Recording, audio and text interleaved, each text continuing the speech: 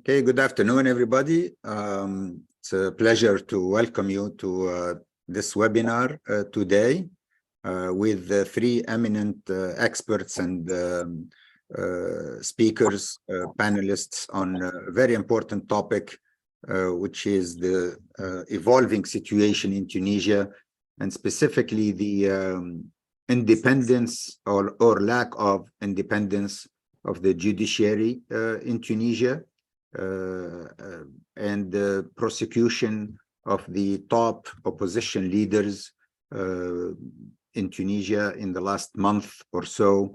As you know, the situation in Tunisia is getting from bad to worse.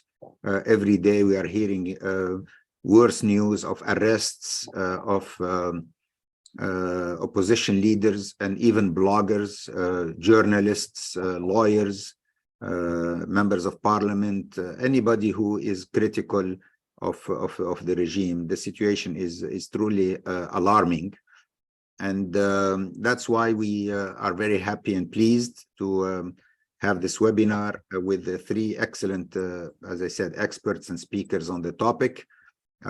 We will begin with Mr. Abdelrazak Al-Kilani, who is the former Dean of the National Bar Association. He's a lawyer, of course, and he's the Dean of the National Bar Association, and also a founding member of the National Salvation Front in Tunisia. Then we will go to Mr. Saeed Ben Arbiya, who is the Director of the Middle East and North Africa MENA Region Program at the International Commission of Jurists. And finally, we will have Dr. Professor Daniel Bromberg. He is the Director of Democracy and Governance Studies at Georgetown University, and also a non-resident senior fellow at the Arab Center of Washington, D.C. So welcome, everybody.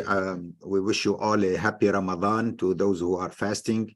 So we will try to keep it short since many of you are fasting, and probably in Tunisia or in Morocco are very close to the time to break the fast.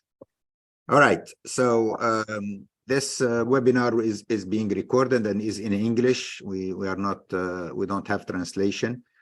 Each speaker will speak for about 12 minutes, roughly, plus or minus, a couple of minutes. And that will give us about 20 minutes or 25 minutes at the end for Q&A. So we will begin with Mr. Abdelrazak Kilani. Mr. Kilani, welcome. You have the floor. Hi for all body. Thank you, Mr. Masmoudi, for this invitation. As you say, the situation in Tunisia is not very good. It's we are living a very worrying situation for freedom and rights. Since the coup of 25 of July 2021, the situation is very dangerous, very, very bad.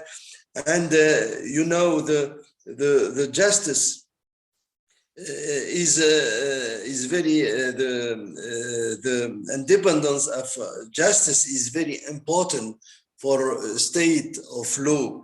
And what we are living now is that today we haven't an independence justice, because, as you know, the President Said has dissolved the High Judiciary Council, which guarantees for the judges their independence and protect judges from pressure and interference in their judicial work. And as you know, to put his hand on the justice, Said began a campaign of intimidation of all the judges, and direct incitement and defamation in his official speech against judges. And he said, Said considered and said that justice for him is only a functions in total denial of the constitutional principle of the independence of judicial power and international standard of judicial independence. And when he dissolved the High Judicial Council, he created a provisional council. And when he created this provisional judicial council, the judicial power become submitted to the executive power because he himself appoint the members of this provisional council, and he do this in flagrant violation of the principle of separation of power in the democratic system.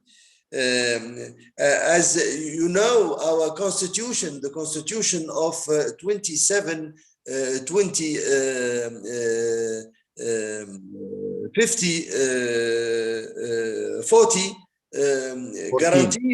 14 guarantees the separation of the power. We have executive power, legislative power, and executive power.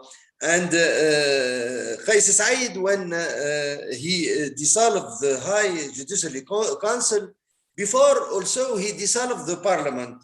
And we found ourselves in a situation with the concentration of legislative and executive powers in the hands of the presidents of the republics, and we add for this the judicial power.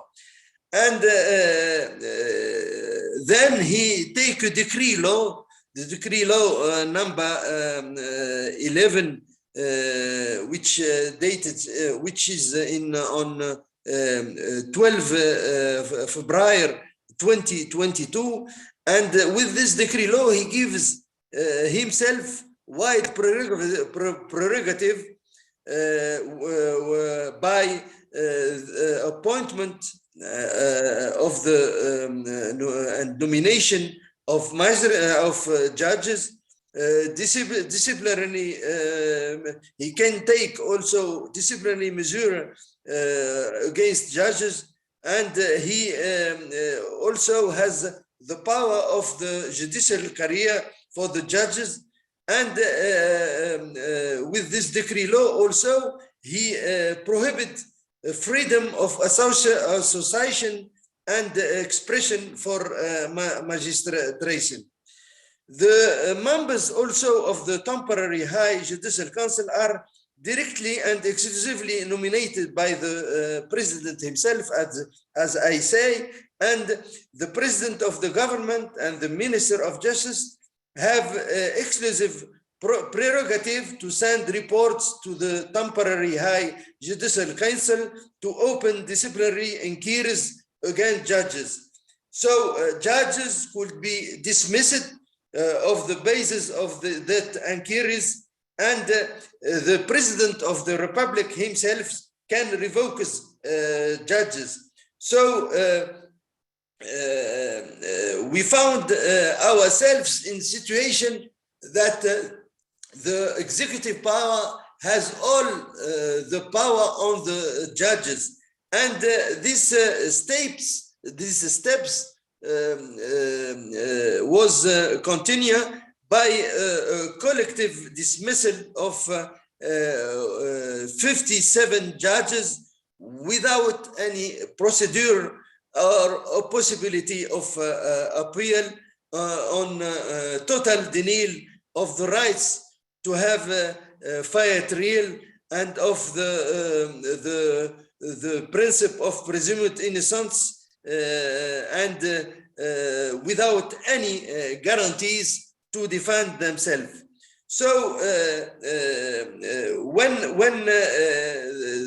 the president take this decision of dismissal of 47 judges, the judges go to the tribunal administrative, and obtain 49 of them obtain a decision from the administrative court suspending the execution of the dismissal decision for them.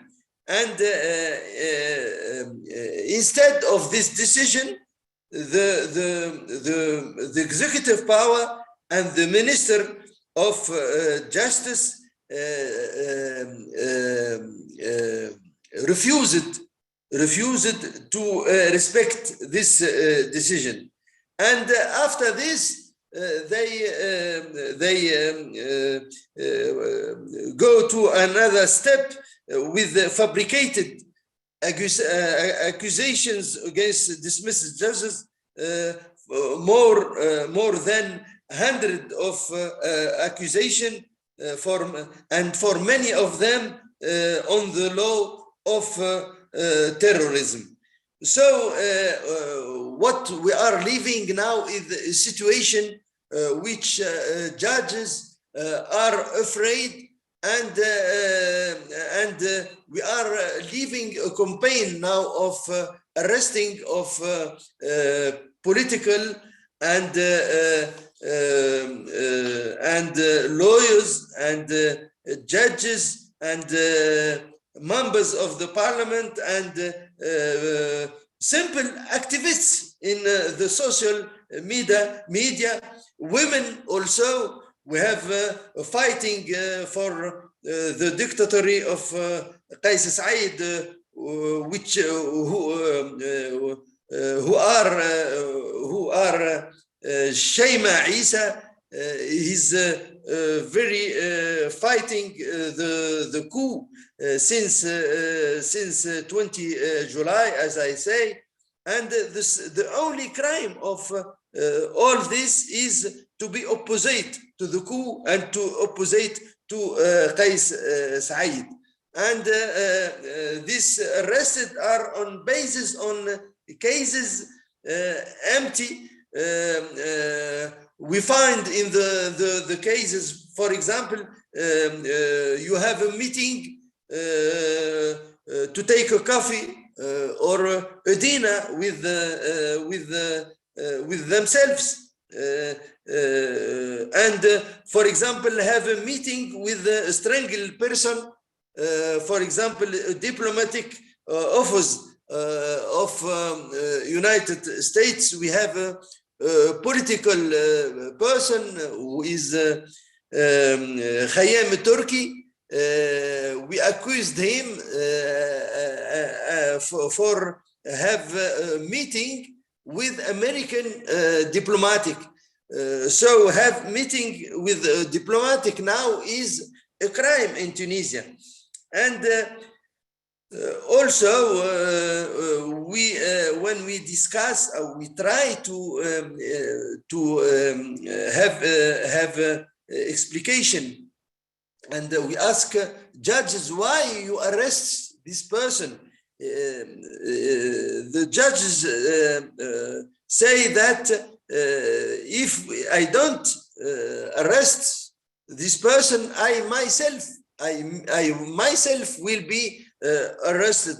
So the situation is very strange in Tunisia, and it's very dangerous now to live in Tunisia because we haven't security. And I think that as you know, the High Rapporteur for Independence of Judges and Lawyers will come to Tunisia in May, in 14 May, to visit and to see this situation as I describe it now. So I think that we are fighting now with people who are living in value of democracy and freedom to make this person who are arrested for fabricated cases outside the prison. And as you know, the political situation in Tunisia is very bad, with crime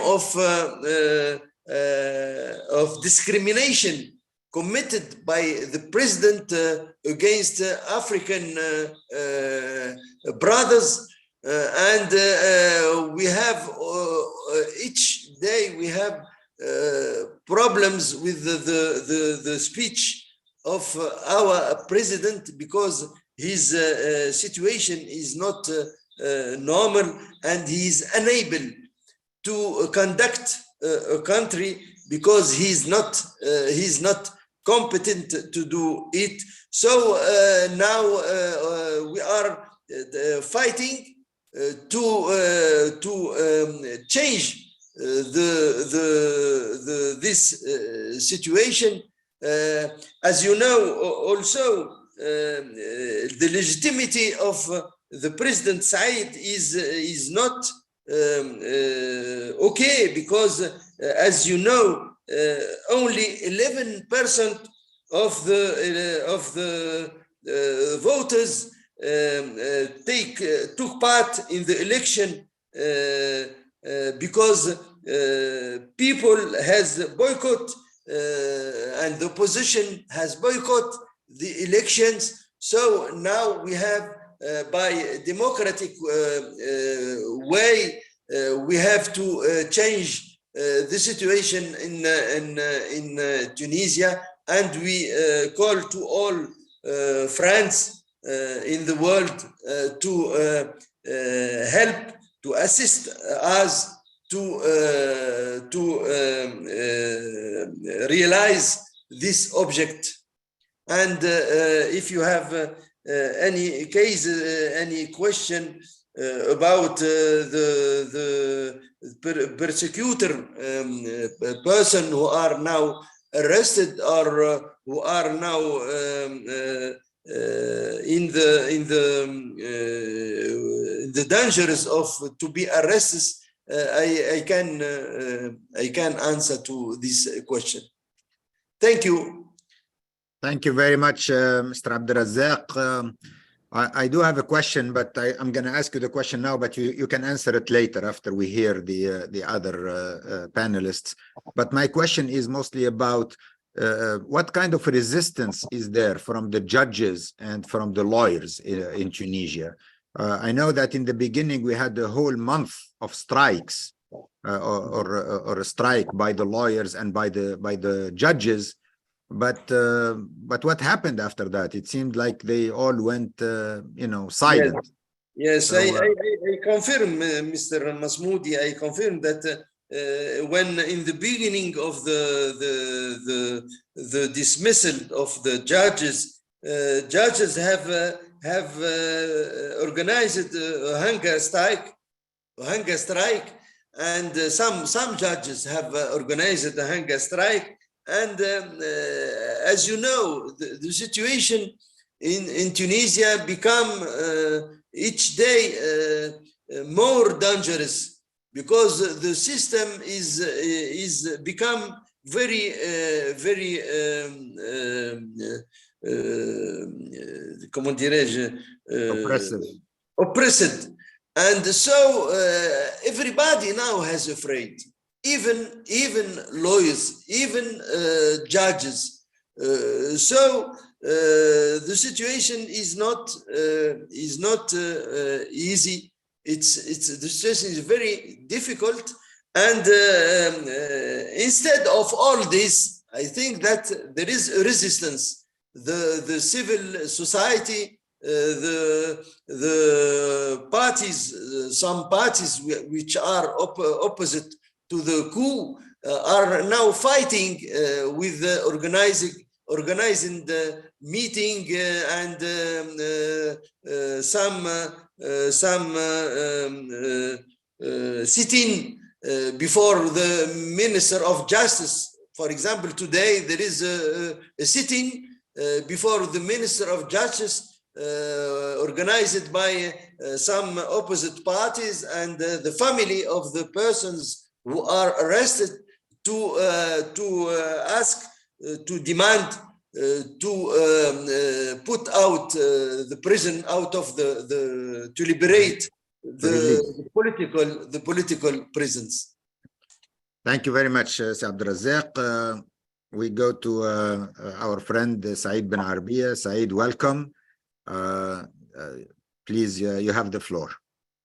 Thanks, Radwan, and thanks, Mr. Kilani. I think I will just try to respond to what Mr. Kilani was saying, and also your question, Radwan, about what happened, why we are moving from a justice system that resisted or that acted as a check on the president's power grab to a system or a judiciary that is now being used as a tool of repression. So what happened during these 20 months that moves us from a situation in which the higher judicial council on the 26th of July was saying that exceptional measures cannot be used in relation to the judiciary, that the office of prosecutor was independent, the judiciary was independent, to a situation now in which judicial institutions are subordinated to the executive, and the judiciary and the prosecutor's office are used as a tool of repression in terms of targeting political opponents, journalists, human rights defenders, and activists. I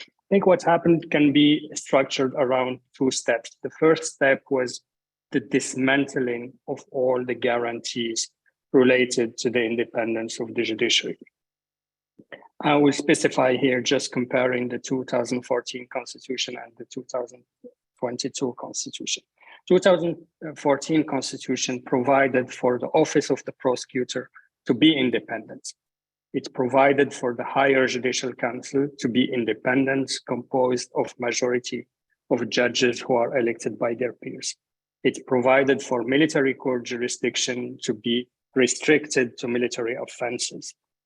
Most of the legislation that should have implemented these constitutional guarantees were not implemented over the past 7 or 8 years until the power grab of 25th of July.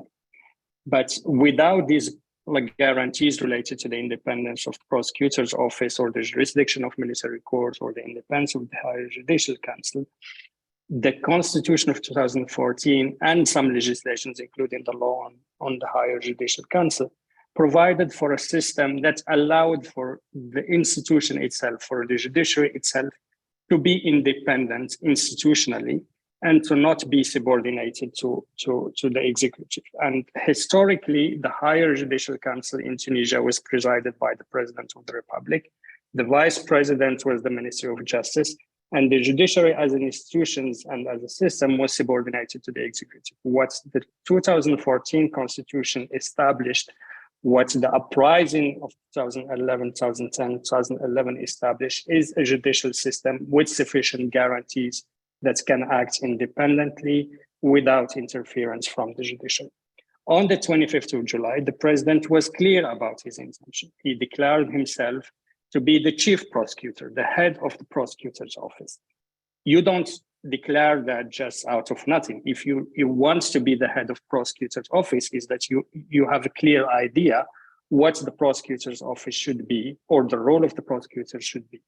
And if you go back to all the statements by the president over the past 20 months, prosecutor's office serves in the framework that's provided for by the president to initiate proceedings against those who are suspected of opposing the president.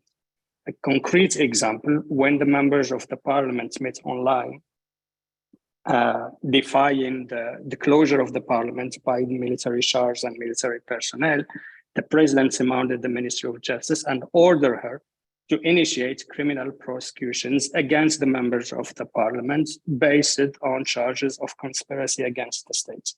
And most of the investigative judges and prosecutors at the time that were receiving such orders, they refused to comply with them, and they refused to initiate such criminal prosecutions against judges. It's not surprised that those prosecutors and judges, investigative judges, were removed or are part of those judges who were removed from office by the president. So that's about prosecutor's office. The higher judicial council as an institution It resisted the power grab in true statements. It resisted the subordination of the judiciary as a whole to the president and to the executive in general. It refused some draft decrees, or at least declared some draft decrees that the president developed, in particular the one on penal reconciliation, found them to be unconstitutional and illegal. And because they consistently say no to the president initiated a smear campaign against the members of the High Judicial Council, suspended their financial allowances, and then dissolved the Higher Judicial Council altogether, and re-established a new temporary Higher Judicial Council that is totally subordinated to him, that is not based on election, but rather on appointments, and all the members are appointed either directly or indirectly by the president, indirectly when they are ex officio members. And because of such subordination at the institutional level, we have now a temporary Higher Judicial Council that is failing to act in defense of the judges and the prosecutors who are being subject to arbitrary criminal and disciplinary proceedings. We have also Higher Judicial Council who is silent when such criminal prosecutions and politicized judicial proceedings are initiated against the president's perceived opponents. The Higher Judicial Council is just condoning such initiatives. So the dismantling of these guarantees of independence, both at the prosecutor's level or the judiciary level, the Higher Judicial Council level, led to a situation in which the justice system can be used as a tool of repression. So how it has been used as a tool of repression? I think the repression didn't start with the arrests of the opposition members. For those of us who have been following up a little bit, these criminal proceedings, I think it started with the judges and prosecutors themselves. So this is the resistance that was the question about.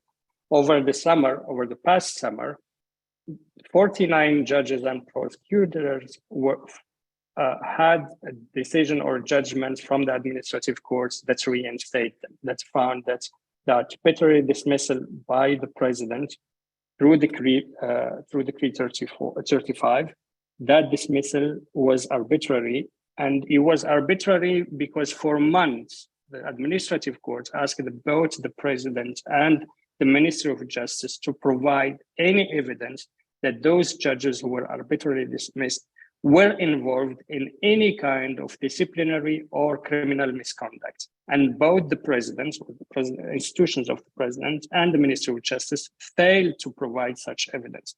And because of the failure to provide such evidence, the administrative court issued that decision and reinstated 49 of them. Instead of enforcing that decision by the administrative court, the Minister of Justice just initiated politicized criminal prosecutions against these judges. Now, I can give concrete examples about what do we mean by the prosecution of judges and prosecutors. And again, just to highlight that among the 57 judges and prosecutors that were dismissed, there was the former president of the Higher Judicial Council, former president of the Judiciary Council, the president of the Appeal Court in Tunis, president and the general prosecutor and prosecutor of the Tribunal of First Instance in Tunis, and the dean of the investigative judges in Tunis, in addition to other judges and prosecutors. So some concrete examples of the politicized criminal proceedings against these prosecutors or judges. There is a deputy prosecutor right now who is charged with establishing a terrorist enterprise based on a complaint by a police officer against him. The charge is based on the claim that the deputy prosecutor refused to issue a search warrant in a terrorism-related case. Police officer is accusing him of obstructing his work and not complying with his demand. And that deputy prosecutor right now is subject to criminal prosecution and is charged with terrorism-related charges. Another prosecutor is being prosecuted because, again, based on a complaint by security officials who accused the deputy prosecutor of being prejudiced against him. Another is prosecutor based again on security report by police officers who said that that judge is associated with the suspicious group relation to terrorism. And I think in those three cases, when you look at the case files, when you talk to the lawyers of those judges or prosecutors, there is nothing there that substantiates any of the claims or the charges against them, apart from these police reports or these police complaints. And to highlight here that it is the role of prosecutor to assess the evidence and to decide whether or not he or she should issue a warrant arrest, and it's not the other way around. It's not the police who should be controlling the work of prosecutors. The former president of the Higher Judicial Council, who was accused by the president of being corrupt, together with other members of the Higher Judicial Council, is being prosecuted, again, based on terrorism-related charges, joining terrorist enterprise, establishing terrorist enterprise, again, based on a complaint by another judge who were dismissed by the former Higher Judicial Council. And you look again at the case files and you talk to the judges, the lawyers of these judges, and there is nothing there that can support or substantiate any of the accusation against these judges. But it's not only the judges, it started with the judges. And this is where we started seeing, at least in the Tunisia after the revolution, that cases are being looked at not based on the law, or cases are initiated or prosecutions are initiated and continued, not based on the law, not based on the evidence, but based on the instructions that these prosecutors or judges who are initiating these cases are receiving either from the Ministry of Justice or sometimes even from the president. And here it's important to highlight that the president himself clearly stated that those who liberate or those who discharge the accused are complicit in their case and complicit with the accused. And I think when we started with the judges, then it became just easier for them, for the judiciary that is now subordinated to the president, to initiate such criminal cases against opposition leaders and against activists and journalists. And I will focus just on two cases because I know that's running a bit behind in terms of time, in relation to the implementation of Decree 54. Decree 54, again, initiated, adopted by the president, as it's been the case with all the decrees that were adopted over the past 20 months without any consultation, without any democratic legitimacy, and establishing that anyone who is publishing false information by any means can be punished by between 5 to 10 years imprisonment, 10 years imprisonment if the person who is the subject of such false information is a public official. Based on this decree, we had cases of individuals, lawyers, for example, lawyer Mahdi Zakrouba, who is prosecuted based on Article 24 of Decree 54, based on a complaint by the Ministry of Justice, because this lawyer criticized the politicization of judicial proceedings against the judges. We have a student who published something on Facebook in relation to the protests in the city of Tadamon, who is also prosecuted based on Decree 54, publication of false information. And we have the Business News, a media company, their director is again being prosecuted based on Article 24 of Decree 54 because of publication of an article that the head of the government deemed to be critical of her work as a head of government. So to summarize, I think when we look at how we went from a judiciary that was, or at least judicial institutions that were acting as a check on the president in the early days of the power grab, to a situation in which we have these politicized judicial proceedings and in which both the prosecutor's office and the judiciary as a whole are being used as a tool of oppression, we have to look at it in terms of the dismantling of the institutional guarantees of judicial independence. And because of the dismantling of such guarantees, we are reaching a situation right now in which the administration of justice is not based on the law, is not based on evidence, it is based rather on political considerations and political instructions. Thank you. Thank you very much, Saeed. for this gloomy picture. This is really, really shocking. These recent developments against the judges and against the lawyers. Let's go to our final panelist on this panel, Professor Dan Brumberg. Hi, Dan, and welcome. The floor is yours. Thank you, Radwan. When I first started coming to Tunisia, the thing that struck me was that within the intelligentsia and the university community, I never met so many lawyers in my life.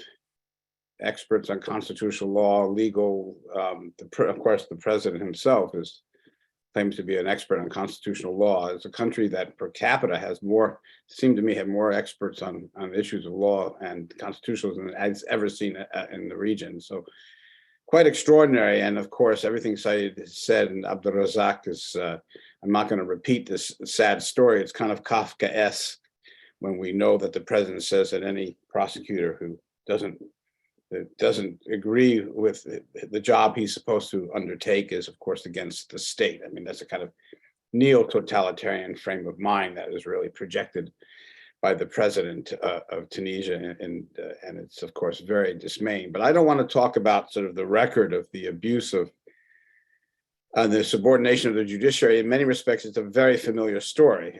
When you have these sorts of populist autocrats who are trying to place themselves in power, the first order of business is to go after the judiciary and subordinate it to the executive. I mean, we see that we saw that in Hungary. We see this in Poland. We've seen this most recently in Israel. I mean, this is a very, and we saw that in Brazil. It's a very familiar. We see aspects of it even in the United States. I have to say, it's a very familiar pattern, and it's almost predictable. The difference, one of the main differences with the Tunisian cases, it's this subordination of the judiciary is usually accomplished through strangely enough, through a legislature, which is organized with the allies of the president, often through a rejiggering of the electoral rule, which gives the ruling party and the president the ability to transform the parliament into a vehicle that legitimates the subordination of the judiciary.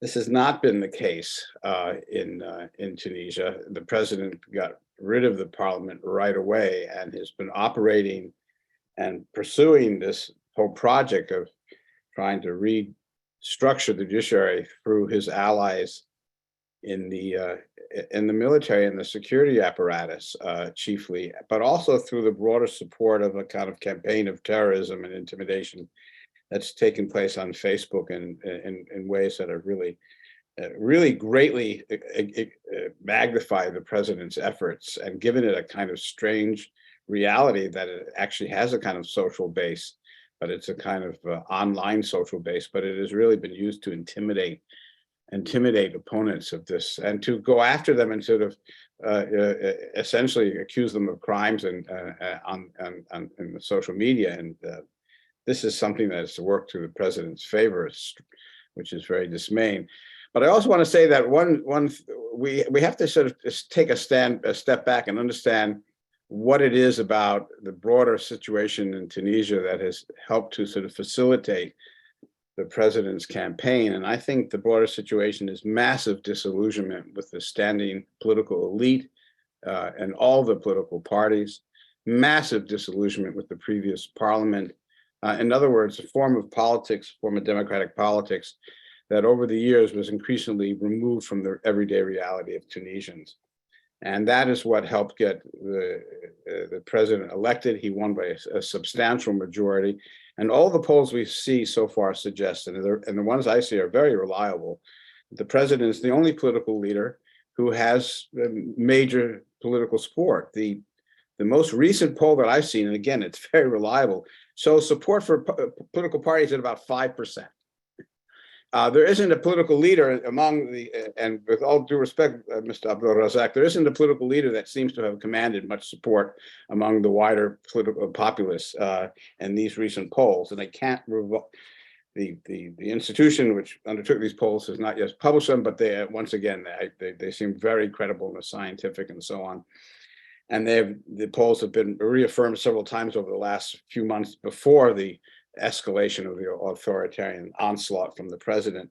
And what they really tell us is that what the president is banking on is this degree of alienation and estrangement from the political elite and from the political institutions. And in that regard, he's a very rational player. He understands that he has some understanding of this context and how to use it to his favor. And I wouldn't, by the way, agree with the conclusion that there was a boycott of the parliamentary elections, which shows that there was a rejection of the president. I don't see that as that's an understandable position for some people to take. I don't think it's substantiated. I think what happened is that people simply are not interested in these formal political institutions and see them as basically irrelevant in the effort to sort of, and of course, the president manipulated that point and tried to argue, well, they don't care about these institutions. That was a self-serving remark, but it wasn't untrue. You do not have in Tunisia the kind of massive political mobilization you have had in other countries going through so-called democratic backsliding that might give the ruling political elite the kind of leverage and power they need to stand up to the autocratizing agenda of the president. The protests that have thus far taken place in Tunis are far from demonstrating mass mobilization of the kind that you would expect to find if you're looking for the kind of movement that pushed the president back from the abyss. It's simply not there. And one reason it's not there is the continued disillusionment with a political experiment that really was increasingly seen as a kind of political theater based in Tunis, but not relevant to the lives of many Tunisians. And another reason why you don't see the kind of mass mobilization that you would want to have in order to give the political elite the leverage they need to negotiate with the regime, and that's what you're looking for, right? Is that the UGT does not command the kind of mass political support. The polls that I've seen suggest that Taboubi has like 8% support. That's remarkable for that trade union. So it doesn't have the capacity for mass mobilization, and it has been playing its cards very shrewdly not to completely step away from the president, and which is a familiar sort of position for the trade union to take in order to protect its own interests. But that means that the organization, the one mass organization that has the ability to sort of engage and mobilize a large number of people in theory, right, 700,000 to 800,000 members, has thus far really not. I mean, Taboubi has denounced the president and so on. There have been some protests, brief protests in a number of cities, but we don't see we see nothing that even is close to the kind of mass mobilization that would show that a large portion of the society is completely enraged with the president, is ready to go into the streets. And so we have a kind of situation where he can get away with it. Whether we're talking about Ghannouchi or any other political leader, there's just the poll numbers are shocking. No, they're not shocking. In fact, they're quite predictable. And so I don't know. I'm trying to think beyond sort of the gloomy situation, Radwan, that you just described, because I'm also trying to think about everything I know as a political scientist who've studied these dynamics in other countries. It tells me that there are certain things you need in place that could provide some measure of leverage to push this kind of president that we have in Tunisia from desisting and respecting human rights and stopping his effort to subordinate the judiciary and put political leaders in prison. I mean, the whole thing is atrocious, but I don't see it. And until I see that evidence of that, I'm not sure exactly how the political project of the president will be stopped or reversed. And I have to be honest about that. And of course, the message from Washington, D.C., from the Biden administration, until only the last week or two, really has not been encouraging, right? I mean, it's, I think that quite the contrary. Earlier on in this process, we saw messages that sort of could be viewed by the president and his equipe, his team, as basically giving them not a green light, but suggesting that the United States was not going to get in the way. U.S. government wouldn't get in the way. And that too is, of course, and that has changed. We've seen it in the last few days, but maybe this is probably, this could be too late, too little, too late. And finally, I'll just add that one wild card, of course, as it's always said, is the economy, the IMF deal. It is very difficult to see how the IMF can sign an agreement for economic and market reforms without an independent judiciary that can provide a legal structure that will encourage foreign investment to see Tunisia as a viable market when foreign investors can go a lot of other places. So the notion that you can have market reforms without an independent judiciary is, of course, nonsense. But it could be that the president will try to sign the agreement anyway, because he will try to maximize whatever leverage he can get from that. And we don't know how the UGTT will respond if such an agreement is signed, because they've already denounced it and said they would oppose it. But of course, if they did, we could have a dynamic of a larger mass mobilization that might change the balance of power. But for now, we have a kind of we have a situation that is not working to the advantage of those who would like to stop this autocratization and compel the president and his people to restore some basic elements of democracy, rights, and so on. It's not obviously an encouraging situation. I hate to put it that grimly, but there it is. Thank you. Thank you, Dan. Thank you for your presentation. You touched on two important points that I think need and deserve more reflection, maybe not in this webinar, but in the future. The first one is really the role of social media in Tunisia in supporting Qais Said.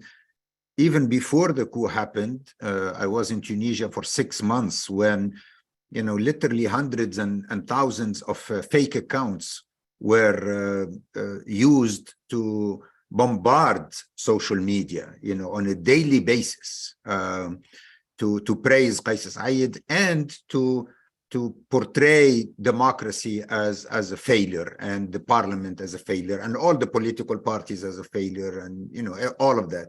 It was a very consistent message that was started for about 6 or 7 months before the coup and continues to this day. It's very well organized, it's very well funded, and it has impact. It creates this environment where people think, oh, okay, that's the public opinion, that's what all the Tunisians think, that, and then people tend to follow that public opinion if you hear it 100 times a day. And as you know, in Tunisia, everybody is on Facebook. But I do take issue with the validity of opinion polls in Tunisia right now, because of the environment of fear that exists in Tunisia today, that Abdelrazak has spoken about and Said has spoken about. People are afraid. And these polls, they go to people's homes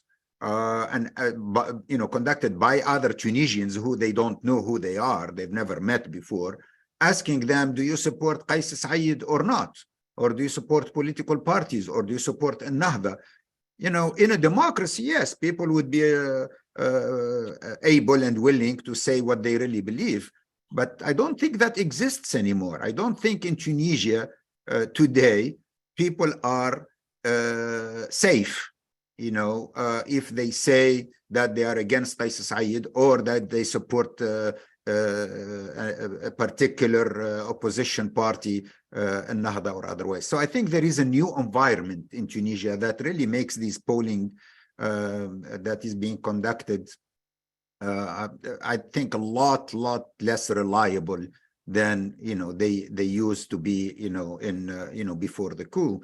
Well, let me respond very quickly to that. Sure. So you're right on the media campaign, but I don't think the media campaign created the perceptions we're talking about. They magnified them. They didn't create them. They existed before these media campaigns. Some of it. Yes. And second of all, the polls have been consistent before this moment of increasing terrorism or terror emerged. The polls have been quite consistent for months and months and months. I don't think it's the fear factor. The polls that I'm seeing are very reliable, and the results have been consistent over time. So that would suggest that it's not a consequence of the present environment. And I think the political elite, if I may be just perfectly frank, is not doing itself any favor by minimizing the extent to which there is disillusionment with the political parties.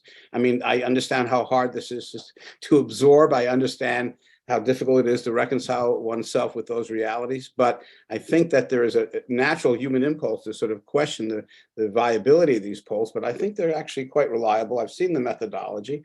I wish they'd be published, but they really show us that what we've known now for the last 2 years. But then the methodology is they go to people's homes. Well, you know, but they were doing That's that the 2 years ago. methodology. They were doing that before the campaign, this campaign was Okay, okay, and because that's it's a function of something that happened over a period of years and not just in the last year or two. This is. But do you think that right now in February or in March, if you go to a Tunisian in the street or in his home and ask him, do you support Qais Said or not, or do you support Al-Nahda or any particular opposition party, do you think you will get an Actually, answer? quite the reverse, Radwan. The polls show us that there was declining support for the president over the last 8 months, not increasing, and that should suggest that people actually are expressing their point of view. So I simply don't agree with you. I think that, and again, I think if you're trying to sort of talk your way around these polls, you're not really focusing on the problem at hand, which is the absence of a kind of popular groundswell, even in the middle class that's harassed, that's struggling every day to get through the day. I understand it, but there's something much deeper going on that needs to be, I think needs to be addressed and not simply ignored.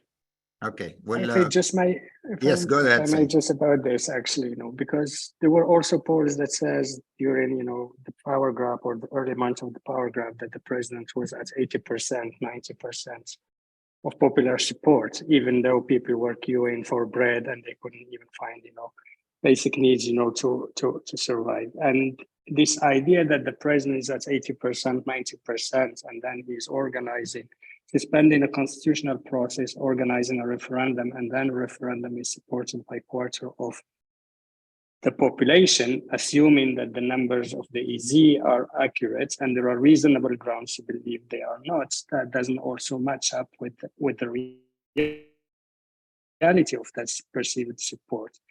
A president who has the support of 80 or 90% of the population who organize presidential parliamentarian election only for 10% or 11% of the population to turn around. That also doesn't match with that kind of narrative of polls. So we can look at whatever polls and methodology. I think we need just to focus on the actual figures and the numbers actually of people of the referendum or of the parliamentarian elections that were organized. And if anyone look at those numbers and believe that the Tunisian people give mandate to the president to overhaul the political system, or that parliamentarian or that parliament has any kind of democratic legitimacy, then there is something wrong about our understanding of democracy. So we have been criticizing a parliament that was elected by 50% or 45% of the population. And somehow now a parliament that is elected by 11% is more legitimate than the previous parliament. I understand the narrative about people dissatisfied about democracy in general, not only political parties, but especially political parties. That dissatisfaction is associated with the fact that whatever you can say about the Tunisian democracy over the past 10 years, and freedom of expression, it never translated in the kind of economic reform or economic growth that would have an impact on the life of the population. And you compare the mass protests in Israel with the GDP by citizen of 50,000, with a situation in Tunisia of GDP by capita of 3,000, there is nothing there that Tunisians gain from democracy that they would have go to the streets right now and protest and call for. And them not being in the streets is not because they are supporting the president, it's not because they are happy with what's happening in the country right now. Them not being in the streets is just because they have basic life needs that they are dealing with on a daily basis without any kind of political. I completely agree with that. Yeah, I completely agree with everything that Said said. I mean, everything he says, I agree with. I mean, there are lots of very compelling reasons. And the fact is that there isn't massive support for the president. And at whatever point it was, it just already declined. I'm simply saying that that is a different question from asking whether people are mobilizing with a view of saving a set of institutions which a lot of Tunisian population wasn't heavily invested in. It's a somewhat different question, isn't it? Okay, let's go to the questions. So we have one question in chat. Do we know who is funding the pro-Said activity online? Have you seen any studies or reports? I mean, of course, there are suspicions, but have you seen any reports linking about this social media campaign? Has anybody seen it? I can just, like, one concrete example, actually, that's the attacks against judges and prosecutors. That you have Facebook accounts that would be just dropping information that is coming from case files. The case of the female judge that was accused of adultery. And you have the medical report of that judge being published in pro-president's Facebook account. There was a prosecutor, actually, who was investigating that kind of activity. And unfortunately, he's also one of the prosecutors that were dismissed. So it's, you have that element that, you know, that there is a conflict, that, you know, security services are fighting with judges or prosecutors, and there are information that are protected by the instruction or secrets of the instructions that are thrown in these Facebook accounts. It was investigated. Unfortunately, the investigation didn't go to, or that the person who was behind it was amongst the prosecutors who were dismissed. And then there is the whole narrative, and you compare it on the 25th of July with what happened in Tunisia.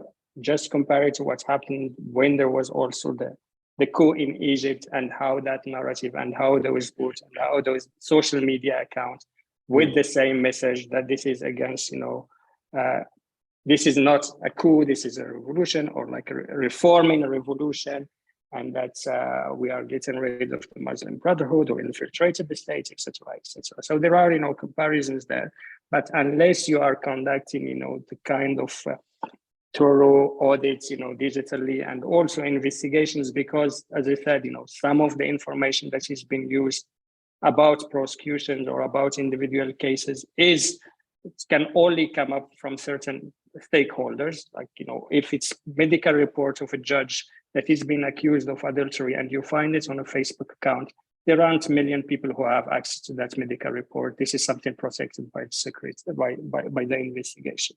So you know who is the institution behind, you know, leaking such information, always in furtherance of whatever message the president is advancing when it comes to combating judicial corruption. Yeah, it seems very coordinated. And there's an almost pattern that is involved. The president will say something, he'll hint at what he wants, right? He, you know, certain character. He often won't name a name. He'll just make an allusion to somebody. And then suddenly there's all this information on the internet about this person, right? And then once that's out, the prosecutors come in and say, well, we're so, you know, there's, you don't need a lot of coordination to get this kind of coordination going, but it definitely seems pretty systematic and pretty effective. It's not haphazard. You've got strange web pages based in Miami. I mean, all kinds of weird things are going on, but the level of cooperation and coordination, that it's not haphazard. It seems to be pretty systematic. Yeah.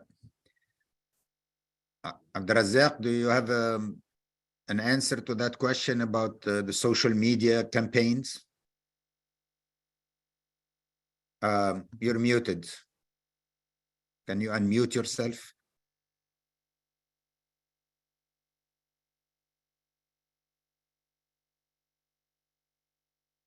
Abdrazak, we can't hear you. You're still muted.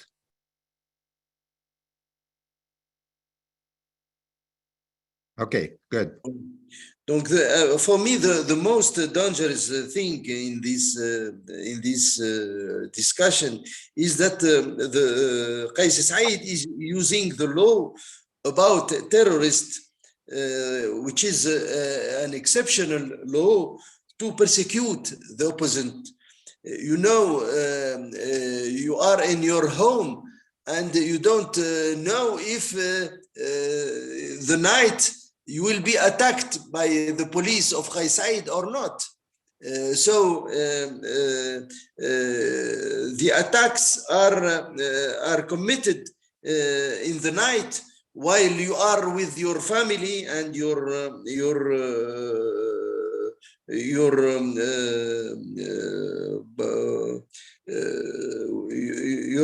family.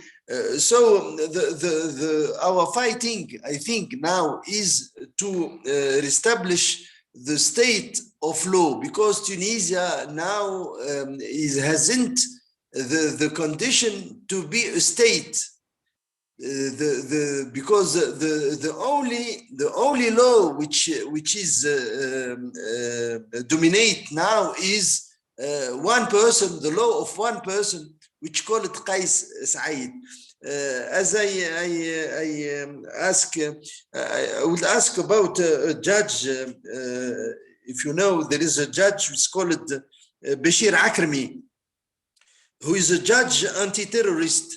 And this judge has worked as instruction judge for the most dangerous cases, which are the attack terrorist of Bardo Museum and Hotel Imperial in Sousse in 2015, if you remember. And the scandal now, there is a scandal now because this judge now is arrested, and he is judges on base of the law of terrorists because of the work which has done. This work which has done was on the control of the other judges, of the degree of judges, control of the appeal chamber, control of the cassation chamber. So it's very strange now that we are accused judges who has done his job, and I think that it's a very strange thing that we are living in Tunisia. Also, we have 14 lawyers who passed before instruction judge, and they are prohibited to travel now because of cases in the relation of their job as a lawyer. So I think that Tunisia has signed conventions about human rights, and Qais Said, who is a lawyer, who is a professor of lawyer, has to know that Tunisia has to respect these conventions. And when he consider any contact, for example, with a stranger, with diplomatic, as a crime, as you know, for example, Ridab al-Haj, who is a colleague of mine, and Ghazi Shawashi was with me when we have participated in last November, to a side event in the United Nations in Geneva, and he is arrested because their contact with the diplomatic, with the stranger. So the situation is very dangerous, I think, in Tunisia, and we call to the fighter for justice, for human rights, to be with Tunisia now to stop this tragedy. Okay, we have 3 more questions which we're gonna take together and try to finish in the next 8 or 9 minutes. So the first question is by Mr. Monsef Khaddar. The independence of the judiciary is important and necessary, but how to frame the debate beyond the dominant liberal democratic conception model? Thank you. And then the second question is from Anne Moisan. If the IMF continues to stall on the loan, who might the president turn to? Which autocrat? And the third question, also by Anne Moisan, is: has President Said not learned from other successful autocratic disinformation campaigns? Is that what we are seeing, both with selected targeted internal and external audiences? So each one of you has the floor, 2 minutes or so to answer these questions, either together or whichever question you want to answer. We'll start with you, Dan. Yeah, well, I'm somebody who's a firm believer that the international standards of democracy and liberalism, and while I respect cultural and local traditions, I think that we have to maintain those standards. And so I'm not sure I would say that there isn't necessarily an alternative framework, because I think the framework is universal. And if we lose that commitment, we've lost democracy. Having said that, I think the problem is not the need for a framework, but the problem of how one mobilizes, and this is a problem we study a lot in political science, how one mobilizes how one links political leaders to followings and organic support in ways that give them leverage to negotiate. I think that's the issue here. But I wouldn't suggest there's an alternative framework, because once you start doing that, you go down the slippery slide of really providing prescriptions which end up being authoritarian. So I don't favor that. I would also say that the two other things on first of all on the sort of the mass media campaign, it's very effective in drawing lines and intimidating people and scaring people. So you don't need to arrest. You can make exemplary arrests of a bunch of people. This is not going to be the Egyptian model where they toss 30 or 40,000 people into prison, but it's in a smaller country like Tunisia, can be very effective. That's a very sad reality. And finally, of course, there are lots of autocrats that the president can turn to. He's been talking to the leaders of Qatar, Saudi Arabia, China. I mean, there are ways around the IMF deal if there are actors in the region and beyond who want to support him. And I'm not surprised to see that he's been energetically pursuing some of these alternatives, including perhaps China, because he would, if possible, to get a get out of jail free card, and that could be partly it. So that unfortunately is a reality that plays into his favor. But also important to add, Dan, that he's been pursuing these other autocrats for a year and a half right now, very unsuccessfully so far. That's true, and maybe there won't be a success, but it's interesting to see some. There's lots of things going on in the region right now, and it's possible that he will still get some of the support that he's looking for, but maybe not, in which case then he'll have to turn to the IMF. And that, as I said before, I think everybody recognizes what happens if he does actually sign the deal and then acts to make it happen, opens up lots of possibilities. But I could easily see the president trying to find other sources of income, even if they had failed previously. I just think it's a predictable avenue for him to pursue. Okay. Si Abdelrazak. Well, I would speak about the phenomenon of Qais Said. Qais Said used a speech, a popular speech, and this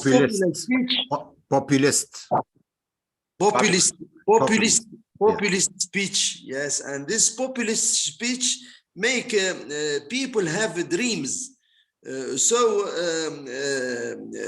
I think that the popular of Qais Said is digressing, is قاعدة تنقص, because people now are discovering that Qais Said hasn't any project, and realize it that Qais Said don't give them anything, because their situation, their social economic situation is very bad now, after near 3 years that Qais Said has all the powers, near all the powers.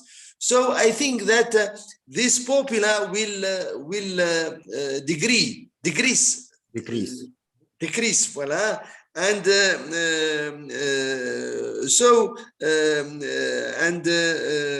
when the people realize this fact, I think that they will make Qais Said going out. And I think in the prison, not out, but in the prison. Thank you, Abdelrazak. Saeed, you have the final word. Sorry for my English, not very. Okay. I have to an effort, but sorry for my nearly English. No, it's okay. not It's bad. clear. It's This clear. is great, Mr. Kilani. Thanks so much. I think first thing, like the independence of the judiciary as a liberal concept, or as some Facebook accounts, also pro-side, talking about it as a Western concept, and the West lecturing us about judicial independence.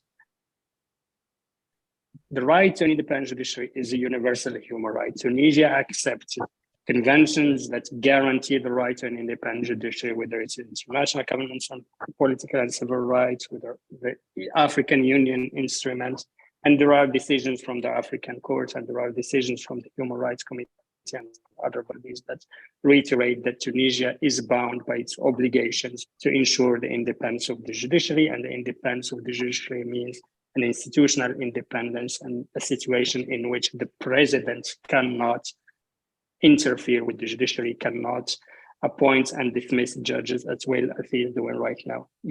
Tunisia accepted these conventions, accepted these commitments and obligations under international law. It must comply with them, and you must respect them. And you must enforce the decision also of the African court on the states of exception. On the IMF and the judiciary, I think, again, honestly, I don't know who is stalling, whether it's the president or the IMF right now. If you hear Western capitals, they are all pushing the president to sign that IMF deal. So something to and even without any conditions or without linking that signature to any kind of political reforms or the end of the subordination of the judiciary to the executive or the release of political prisoners. So it's difficult to see, at this stage, whether it's the IMF who is stalling. It's rather, I believe, it's the president who is not willing to sign this. And again, what's the outcome? No one knows, but the financial situation is dire. I think it's important also for the international community to not look at this IMF deal or to situation in Tunisia only through the lens of security, migration. It is important to ensure that the democratic experiment that survived in Tunisia for 10 years is reestablished, and it can be only reestablished if there are checks and balances in the country, and there is not the one-man rule that is established right now. And I think just looking at linking that to the situation of the judiciary, whether the IMF can give loans to the country if the judiciary independence, I think they are happy giving loans to Egypt, and the judiciary there, it's worse than what we are seeing right now in Tunisia, with judges issuing massive penalties without any fair trial guarantees. So again, if those institutions and if those state members that are willing to promote the rule of law and still consider that the path for Tunisia is democracy, it's important to link any kind of financial support to concrete reforms on rule of law, checks and balances, separation of power, and judicial independence in Tunisia. Thank you very much. This was a very, I think, a gloomy, webinar and discussion, but it reflects reality, and I think it's been very informative to understand what's really going on in Tunisia and the extent of the crisis in Tunisia. Thank you, Dan, Abdelrazak, and Saeed for joining us in this webinar, and thanks to everyone who participated. And hopefully we will see you in the future, and in better days. Let's hope. Let's keep our fingers crossed. Thank you very much. so much. Bye-bye. Bye-bye. شاي طيبة. شاي طيبة. شاي طيبة. طيبة. إلى اللقاء.